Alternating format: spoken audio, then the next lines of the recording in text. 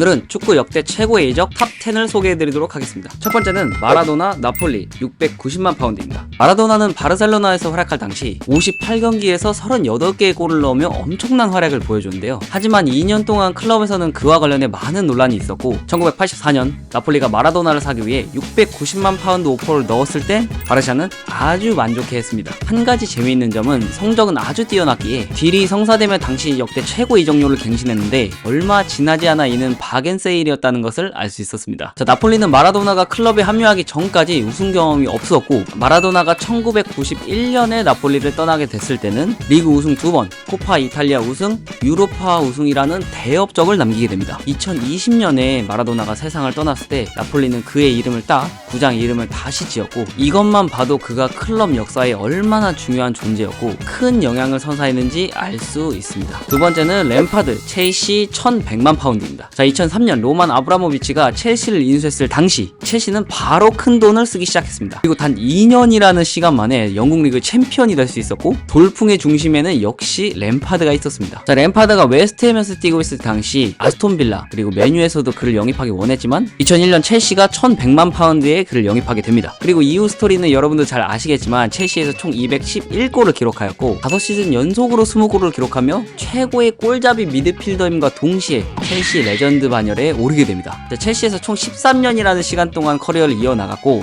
그 기간 동안 3번의 리그 우승, FA컵 4회 우승, 리그컵 2회 우승, 유로파리그 그리고 챔스 우승이라는 어마어마한 업적을 달성하게 됩니다. 1100만 파운드에 데려왔는데 총 11번의 우승이니까 거의 트로피 하나당 100만 파운드네요. 세 번째는 호날두 메뉴 1220만 파운드입니다. 자, 2003년 스포르팅에서 미친 재능을 갖고 있는 어린 포르투갈 선수가 있다 라는 소문이 퍼지며 바르셀로나, 리버풀, 아스널 등등 빅클럽이 모두 호날두를 영입하고 싶어 했는데요. 메뉴도 역시 이를 놓치지 않고 지켜보고 있었습니다. 메뉴가 처음에는 아직 빅리그에서 검증되지 않는 어린 선수라 그런지 우선 1년 임대 계약을 하고 싶어 했는데요. 프리시즌에 맞대결로 만난 호날두를 보고서 그 생각을 바로 바뀌게 됩니다. 당시 메뉴 감독이었던 퍼거슨이 경기를 보자마자 당장 데려야 한다는 사실을 깨닫고 1220만 파운드에 호날두는 메뉴로 이적하게 됩니다. 경기장에서 재능은 확실했지만 다이빙을 너무 많이 한다든가 패스를 안 하고 공을 너무 오래 끌고 있다는 비난 등을 받으며 아직 다듬어지지 않은 모습과 함께 메뉴 초반에는 좋은 퍼포먼스를 보여주진 못했습니다. 그러나 이후 그의 가장 큰 장점 중 하나인 정말 미친 노력을 바탕으로 메뉴에서 292경기 총 118골을 성공, 리그 우승 3번, 리그컵 우승 2번, FA컵 우승 그리고 챔스 우승까지 달성하며 당시 완벽한 윙어라는 타이틀과 함께 메뉴 그리고 본인 커리어에 아주 큰 업적을 남기게 됩니다. 네 번째는 크루이프 바르셀로나 92만 2천 파운드. 자, 이미 아약스에서 8번의 리그 우승과 3번의 유러피언 컵 우승이라는 어마어마한 업적을 남긴 크루이프는 1973년 당시 최고 이적료를 기록하며 99만 2천 파운드에 바르셀로나로 이적하며 새로운 도전을 위해 떠나게 됩니다. 엄청난 테크니션이자 그의 높은 축구 지능을 바탕으로 데뷔 시즌 바르샤에게 14년 만에 리그 우승이라는 큰 업적을 선사하였고 5년의 선수생활 동안 리그, 코파델레이 등등 수많은 우승을 안겨주었습니다. 추가로 지금은 역시 메시가 바르셀로나의 역사에 있어서 가장 중요한 인물이라고 할 수 있지만 시간을 조금만 뒤로 가보면 크루이프가 있었기에 당시 바르샤의 황금기를 우리가 접했을 수도 있을 것 같습니다. 크루이프가 감독으로 활약할 당시 구단 최초로 유러피언컵 우승을 하게 됐고 1988년부터 1996년까지 8년 동안 바르샤에서 감독 생활을 하며 리그, 코파델레이, 챔스 등등 어마무시한 업적을 달성하게 됐고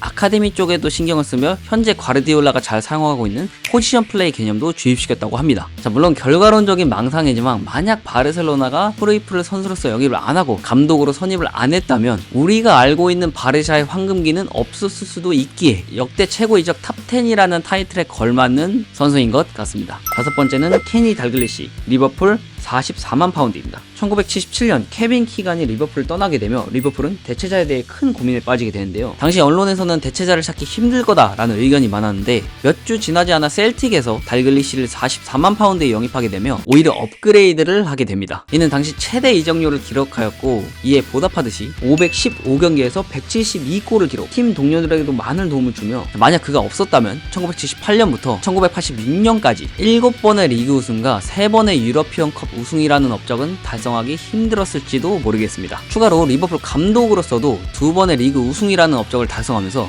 안필드에서 그의 전설을 계속 이어나갔고 팬들에게 선수 그리고 감독으로서도 레전드로 자리매김하게 되었습니다. 여섯 번째는 아구에로 맨시티 3,500만 파운드입니다. 자, 아구에로는 AT 시절 당시 유럽에서 가장 기대받는 유망주들 중 하나로 평가받았는데요. AT를 떠나기 마지막 시즌에는 모든 대회를 통틀어 총 27골을 성공시키는 활약을 펼칩니다. 자, 맨시티는 이런 아구에로의 활약이 아주 마음에 들었고 2011년 3,500만 파운드에 그를 에티하드 스타디움으로 불러들이며 1968년 이후로 44년 동안 경험하지 못했던 리그 우승에 대한 기대를 실었습니다. 자, 영입으로 새로운 선수가 팀에 합류할 때는 보통 새로운 나라에 대한 적응, 팀에 대한 적응, 리그에 대한 적응이 필요하다고 판단하지만 아구에로는 달랐습니다. 데뷔 경기부터 바로 2골을 성공시켰고 시즌 모든 대회 총 30골을 넣는 미친 활약을 펼쳤는데 시즌 마지막 골은 어찌 보면 본인 커리어 역사상, 맨시티 역사상 혹은 축구 역사상 가장 극적인 골이라 할 수 있는 바로 아구에로입니다.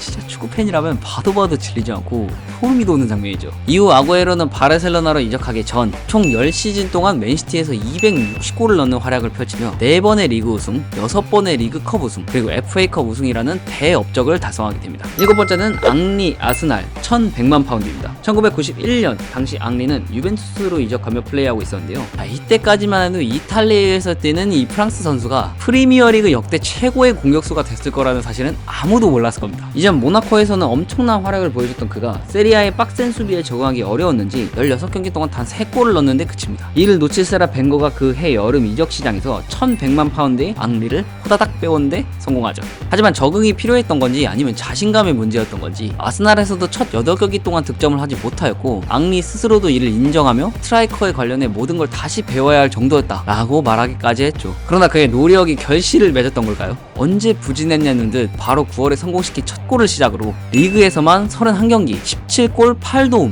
전체 47경기 26골 11도움이라는 미친 활약을 첫 시즌 만에 선보이며 지난 유벤투스 시절의 부진한 모습을 본인이 직접 팬들의 머릿속에서 지워버렸습니다. 이후 아스날에서 총 375경기 228골을 성공시키며 총 6개의 트로피를 들어올렸고 팬들 그리고 아스날 올타임 레전드로 남게 되었습니다. 자, 8번째는 칸토나 메뉴 120만 파운드입니다. 칸토나는 이적료 120만 파운드로 1992년부터 1997년 그리 길지 않은 5년이라는 시간 동안 메뉴에서 활약했고 이런 짧은 커리어임에도 은퇴 후 20년이 지난 지금까지도 메뉴의 레전드로 팬들에게 남아있는 이유는 역시나 그가 보여준 퍼포먼스 때문이죠. 자, 총 5번의 시즌 중 무려 4번의 우승, 그 중에는 2번이 더블이며 챔피언스리그 4강까지 올라가는 활약과 동시에 개인 스탯으로는 메뉴에서 총 185경기 82골 62어시스트, 득점과 어시스트 모두 퍼펙트한 활약에 더불어 100경기에서 84개의 공격 포인트를 기록했는데 이후 나머지 85경기에서 60개의 공격 포인트를 기록함으로써 꾸준한 활약을 펼친 부분이 고평가받는 이유 중 하나입니다. 자, 이렇게 성적도 성적이지만 또 하나의 이유는 바로 그가 경기장 안팎으로 보여준 그의 카리스마 때문인데요. 엄청난 다혈질 성격으로